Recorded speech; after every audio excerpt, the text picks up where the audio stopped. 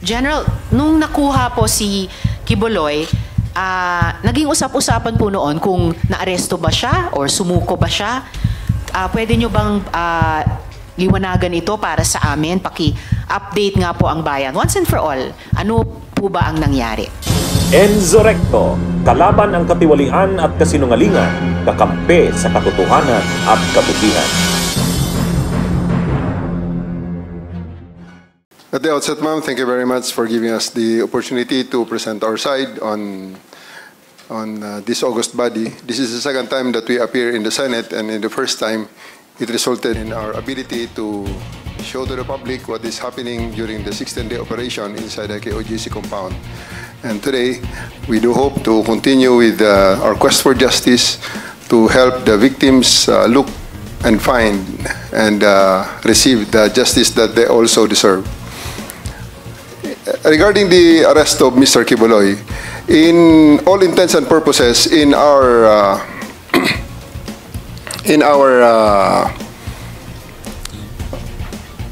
whole operations, he is arrested because he submitted himself to my representative because he has no other options other than submit himself to the custody of the law, because whether he like it or not, he has no other options during the time, because I have 4,500 people around him inside this compound, and 1,200 is concentrated on the two buildings that he has control of.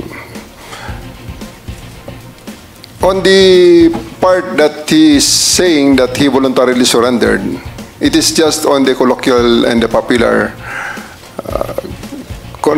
term of this term surrender, because he has no other option. Again, I will stress on that, because all the other units there that provided us with assistance only provided prisoner transport from the place he is arrested to the place where he is detained. So that's I think the synopsis of everything that transpired during that day on September 8th, when he took custody of him to make him answerable to the crimes that he is charged of in various courts in the Philippines.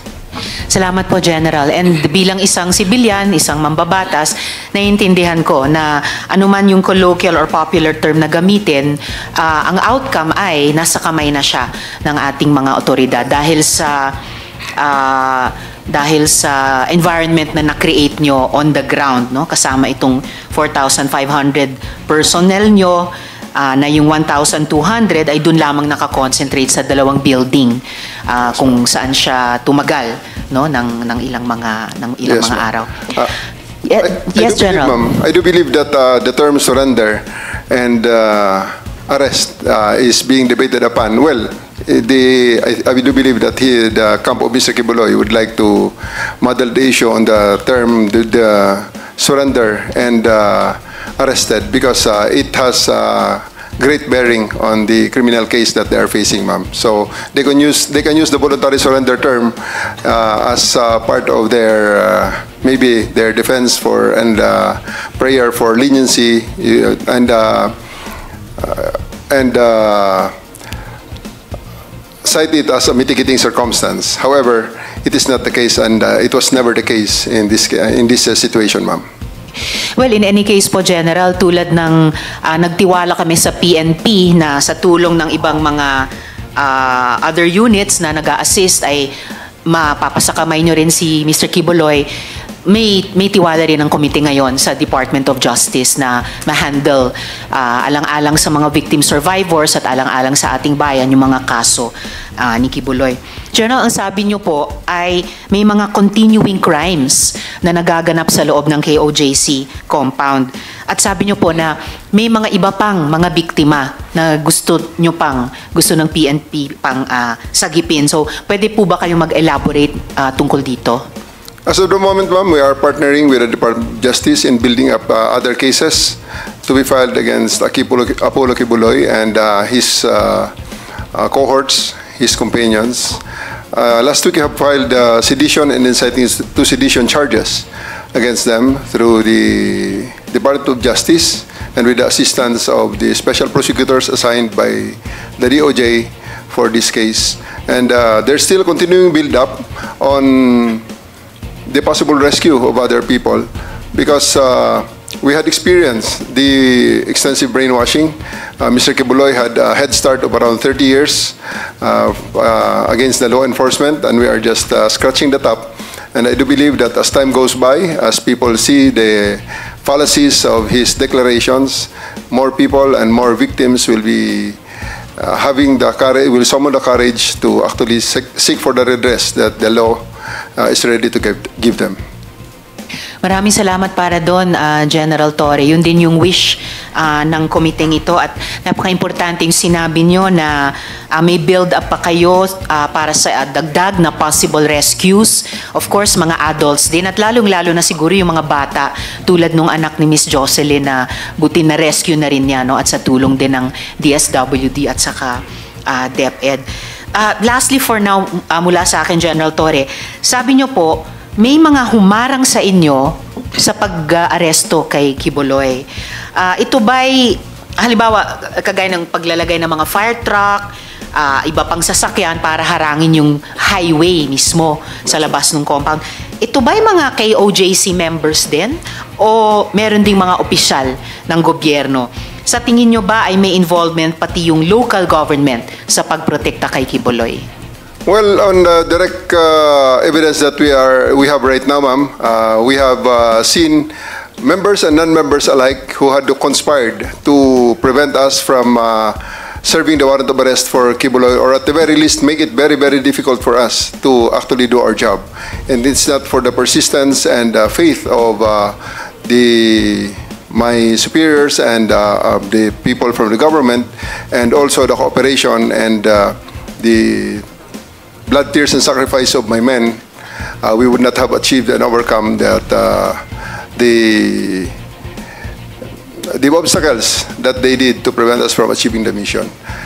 We had experienced roadblock after roadblocks, and in the pressures, especially considering that the compound is very large and the only coverage that we have there is the SMNI, to which we are actually asking YouTube to take down, considering that it's being used to protect a fugitive not only from the Philippines but also a fugitive of the laws of the United States. So we're asking YouTube to actually take down the channel of SMNI and also Facebook for them to prevent from using those social media platforms as leverage for their illegal activities and criminal activities basically. And at this juncture, ma'am, I would like to thank the Senate for giving us this chance to show to tell our story, the side of the story, hoping that this is a hearing in aid of legislation, and I do hope that legislation will really be passed to help us and again give leverage to the law enforcement, because I can really feel that in the 6-10-day operation we have reached the limits of the law, and we have really tested the limits of the law there, and I do believe that we still did everything within the bounds of the law, however difficult it may be. And I do believe that it's time that we also try to adjust the law in the hope that it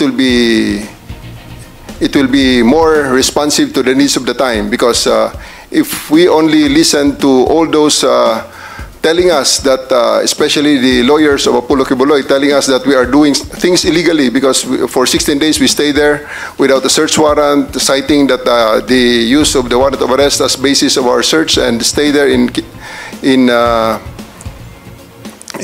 compound, which I believe that they are wrong, really gave us this sometimes this sense of doubting ourselves, especially that the propaganda day in and day out is hitting us left and right. And I do think that this opportunity comes, because if we don't adjust and make the law more responsive to the current times, it will create a situation where some people will be definitely beyond the reach of the law. Because if we are not that persistent, Mr. Kibuloy will still be out there laughing at us and just telling everything that things that he wants to say because he will be out. He will be always out of the reach of the law. So thank you very much, ma'am, for giving us this opportunity to be part of the crafting of more responsive legislation so that we can be better and more effective in our law enforcement and in the assistance and in the implementation of the processes of the laws of the land. Thank you, ma'am. May hulanong salita na ang ibig sabihin dito ay ang pagkakaisa. Bunyog Party List. Halika na, Bunyog Party List ka na. Halika na, Bunyog Party List ka na.